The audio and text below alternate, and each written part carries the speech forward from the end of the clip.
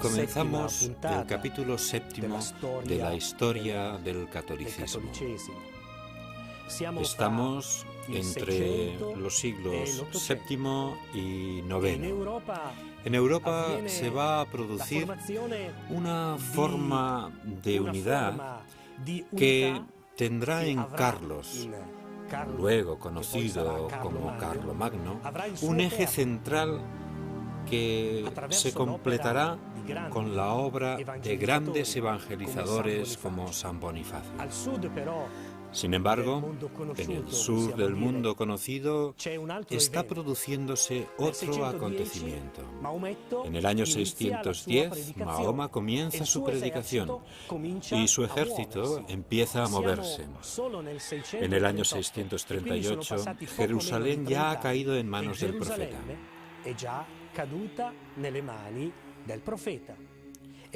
Han pasado menos de 30 años y la conquista avanza con gran celeridad. Las regiones que primero recibieron el anuncio del Evangelio son las primeras que caen. Y en menos de 100 años, toda la costa norte de África será conquistada.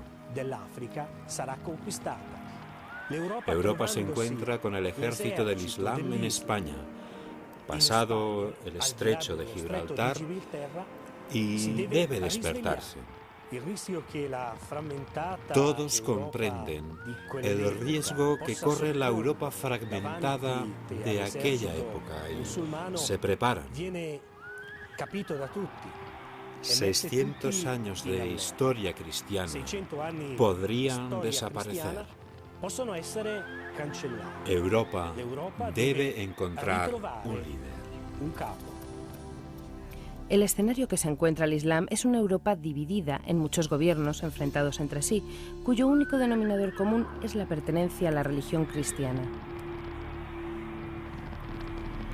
Muchos pueblos divididos, pero unidos en el reconocimiento del sucesor de Pedro como su única guía espiritual. Son 4 las principales poblaciones sobre las que se apoya la Europa cristiana: lombardos, visigodos, francos y romanos de Oriente. A esta Europa aún no pertenecen los pueblos germánicos que, como veremos, se acercarán al cristianismo más tarde con San Bonifacio. Bonifacio nace en el año 673 con el nombre de Winfrido, en el suroeste de Inglaterra, en Crediodunum. Ordenado sacerdote a los 30 años, en el año 718 rechaza el nombramiento como obispo del monasterio en que se había formado y parte con un grupo de compañeros hacia Roma. A su llegada, encuentra una ciudad sumida en la miseria. El Papa Gregorio II vive con la angustia diaria de alimentar una población diezmada y exhausta.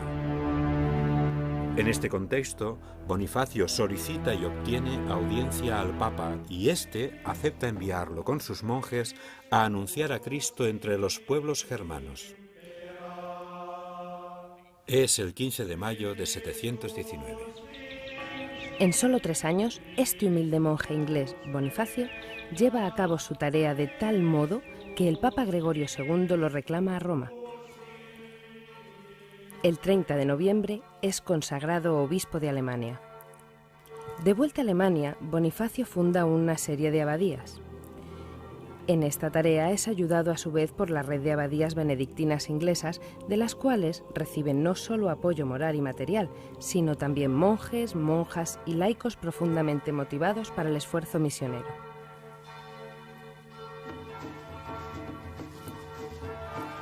Es una historia que se sigue repitiendo en la actualidad. Por todos los continentes, los monjes, religiosos y laicos se desplazan y fundan nuevas realidades que a su vez se convierten en promotoras incansables del anuncio del Evangelio de Cristo a millones de hombres. En el año 731 muere el Papa Gregorio II. El nuevo Papa Gregorio III convoca un sínodo en noviembre de ese mismo año. Y en él se condena definitivamente al emperador de Bizancio, León III, que en su obsesión iconoclasta hace quemar todas las imágenes religiosas. Pero Gregorio III defiende la validez y la necesidad de narrar la fe con las imágenes frente a la idea iconoclasta del emperador bizantino. El Papa Gregorio III sigue también apoyando al monje Bonifacio, el cual permanecería durante 40 años entre aquellos pueblos, convirtiéndoles hasta el día trágico en que un grupo de irreductibles paganos lo asesina. Así entra el monje Bonifacio en la larga lista de los santos mártires. Se podría decir que San Bonifacio tejió la urdimbre de esta búsqueda de unidad. Su martirio en Docum, el 5 de junio de 755, es señal de esta voluntad de lograr una unidad en Europa. Y frente al guerrero que alza sobre él la espada, no puede oponer otra cosa que el libro sagrado, el Evangelio del Amor. Por ello, Bonifacio es mártir, pero al mismo tiempo puede convertirse en el hombre que ha puesto las bases para que Europa encuentre su corazón, su centro de unidad.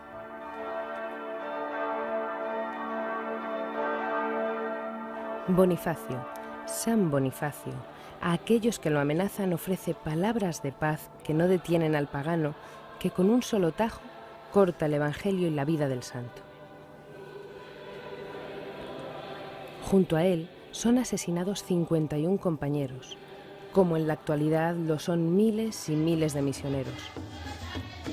San Bonifacio es un misionero mártir, y su ejemplo debe seguir alentando a todos los fieles para que no tengan miedo de abrir las puertas a Cristo, de anunciar el Evangelio entre las gentes. El escenario con que nos encontramos en este capítulo es complejo. En el norte, la conversión al catolicismo de los germanos. Al sur, los musulmanes avanzan en medio de la desbandada general de poblaciones ya diezmadas por miseria y carestías. Y es precisamente en el sur de Europa donde los francos asumen un papel cada vez más importante hasta convertirse en los garantes y los protectores de la obra de Roma. Los francos, los mismos francos que durante siglos fueron dominados por Roma, se convierten ahora en los protectores y paladines del vicario de Cristo en la tierra, del Papa.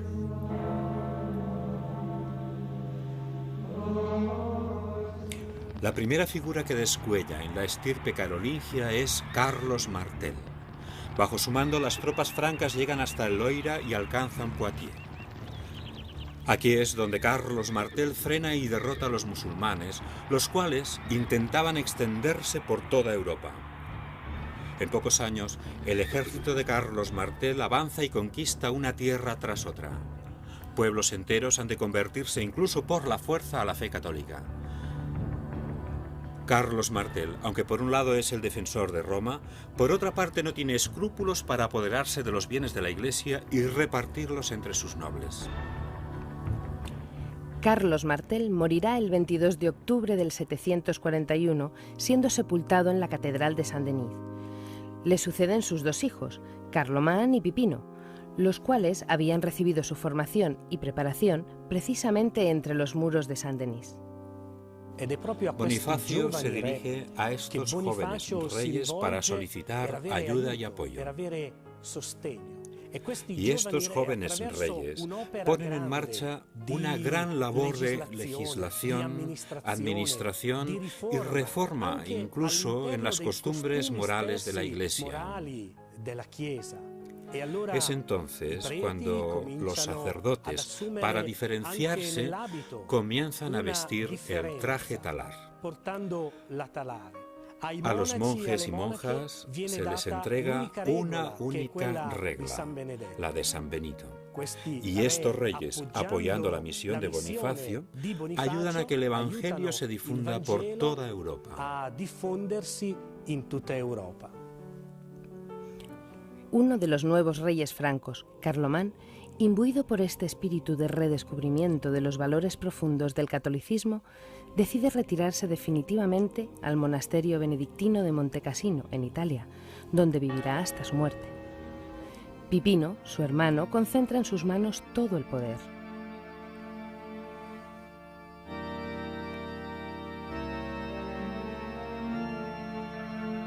La situación en Roma es cada vez más precaria. Bizancio está ocupada tratando de contener el avance musulmán y las veleidades expansionistas de los lombardos, que amenazan cada vez más los territorios de Rávena y de la misma Roma. El Papa Esteban II acepta la protección que le ofrece el rey de los francos, Pipino el Breve. En el 753, pasando por Pavía, llega a Francia en medio de la devoción del pueblo y de la corte. Aquí, en la Catedral de Saint-Denis, el Papa concede a Pipino el título de Patricio de Roma, como protector de Roma. Y el mismísimo rey de los francos acompaña en su regreso a Italia al Papa, sometiendo a los lombardos y convenciéndoles para que cejen en su amenaza sobre Roma. Así pues, el Papa vuelve a una Roma que ya no sufre el acoso lombardo, pero los traidores siempre son traidores. Y nada más volver los francos a sus territorios, los lombardos, guiados por Astolfo, parten de Pavía para asediar Roma. El Papa Esteban II resiste y logra enviar por vía marítima mensajeros al rey de los francos. Pipino se pone en marcha y pronto alcanza con sus tropas Pavía, y Astolfo, rey de los lombardos, deja Roma para defender su reino ahora amenazado. Astolfo, derrotado, restituirá todos sus territorios al pontífice romano. Aunque enseguida llegan de Bizancio embajadores del emperador Constantino V, reclamando al rey franco Pipino los territorios de Rávena y Emilia. El rey de los francos, Pipino, al aceptar la defensa del Papa, pronuncia una frase histórica. No he tomado las armas empujado por una fuerza humana, sino que he venido a defender a Pedro, a defender al Papa. Y los territorios que conquisto los dono a Pedro, a su sucesor. Es el 26 de abril del 757. El Papa Esteban II muere y gracias al rey franco ahora la Iglesia tiene un territorio relativamente extenso que llega hasta la costa adriática. El poder temporal había comenzado en el año 728 cuando Liutprando, rey católico de los lombardos, dona a la Santa Sede la ciudad de Sutri. Se consolida un estado pontificio que en poco tiempo comenzará incluso a acuñar su propia moneda. Según se van creando los estados modernos, los estados soberanos, la necesidad de salvaguardar la independencia del Papa en sus funciones de gobierno de la Iglesia Universal es cada vez más importante. En el fondo, la Ciudad del Vaticano, en un contexto diferente al meramente histórico, está llamada a desempeñar la misma función que los estados de la Iglesia y después el Estado Pontificio han desempeñado en la época medieval y en la Edad Moderna. Es decir, garantizar al Papa, la independencia necesaria para su función al servicio de la Iglesia Universal. Estamos en el año 773. El rey de los francos es ahora el joven hijo de Pipino el Breve, Carlos, el cual debe ponerse enseguida a defender el norte de Francia de la amenaza sajona. En Roma, el Papa Adriano, sucesor de Esteban III, sufre nuevamente la amenaza de los lombardos, los cuales, como siempre, se aprovechan de la situación para tratar de ampliar sus territorios. Pero Carlos, rey de los francos, una vez vencidos los sajones en el norte, guía a sus ejércitos y corta de raíz las veleidades lombardas, cayendo sobre ellos para defender al Papa Adriano. Año 774. Carlos, rey de los francos, se presenta ante el Papa Adriano. Este le está esperando en el lago de Bracciano y juntos entran en Roma con toda su comitiva como uno de tantos peregrinos que acuden a la ciudad tanto ayer como hoy. Y como peregrino, no como rey de los francos, Carlos se arrodilla ante la tumba de Pedro. El Estado Pontificio tiene ya unas fronteras, llega hasta Rávena, pero aún sigue habiendo tensiones entre las tribus sajonas, produciéndose sangrientos combates. Todavía no ha llegado el día en que el jefe sajón solicite ser bautizado.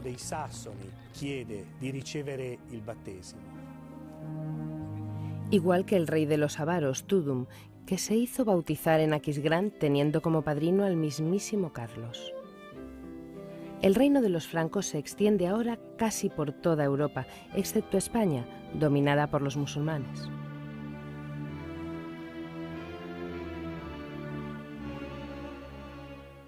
La larga historia de la Iglesia es una historia compleja, muchas veces complicada y marcada por tres elementos importantísimos. En primer lugar, la gran variedad de lenguas, de etnias, pueblos y naciones. En segundo lugar, por la gran variedad de religiones y caminos diferentes para llegar a creer y a expresar la divinidad. Y en tercer lugar, por una presencia que atraviesa la fe cristiana, la fe católica. Esta presencia se ha visto de alguna manera molestada o incluso sacudida en el momento en que los pueblos árabes musulmanes comienzan su ascenso y expansión por el norte de África, por Oriente Medio. Por las tierras y áreas geográficas que se habían considerado siempre como cristianas bajo el Imperio bizantino, por decirlo de otra manera, bajo el imperio de la Iglesia católica. En esta visión universal tenemos que encuadrar el diálogo con los musulmanes. Sabemos que en Europa, en nuestra realidad actual, tenemos ciertas complicaciones. Tenemos sociedades y pueblos que tienen una fe diferente. Es necesario encontrar un camino viendo e intuyendo un rostro, una presencia, los ojos, la boca, los pensamientos de Dios en cada ser humano. Y esta es la base principal, el gran espacio en el que se construye la dignidad de la persona, los valores humanos, los derechos humanos.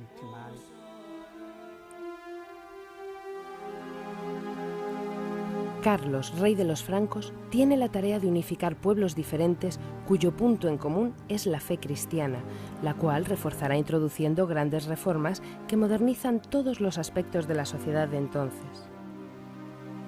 Estamos en el año 794. La ciudad de Aquisgrán se ha convertido en la nueva residencia del rey. Occidente está prácticamente separado del emperador de Oriente, incluso desde el punto de vista cultural. Esto será determinante para la historia de la Iglesia católica.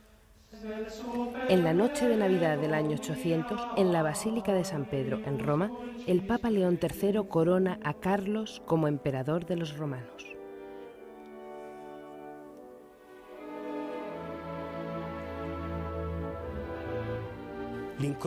La coronación de Carlos, que se convierte en Carlomagno, es ciertamente el comienzo de un nuevo orden en Europa. Evidentemente, todo esto no le gusta nada al emperador de Bizancio, el cual reitera que solo puede haber un emperador de los cristianos. El territorio italiano, la situación es complicada. Siracusa, en Sicilia, en esta época, habla griego. Podemos considerarla como un territorio que está dentro de Italia, aunque en aquellos tiempos la división era diferente. Entonces, ¿cómo es posible armonizar estas tensiones? La separación entre las iglesias de Oriente y Occidente era cada vez más profunda. Una grieta que en la actualidad, y a través de un gran esfuerzo, pero con cierto éxito, está intentándose reparar. El 22 de enero del año 814 muere Carlomagno y deja todo lo que había logrado en manos de su hijo Ludovico, que será conocido como Pío. La época del feudalismo está comenzando. Muy pronto, en el norte, Polonia y Rusia serán evangelizadas. Y en los caminos de Europa, los recorridos de los peregrinos abren los senderos del medioevo hacia sus catedrales. A la Iglesia le esperan grandes retos, como veremos en el próximo capítulo.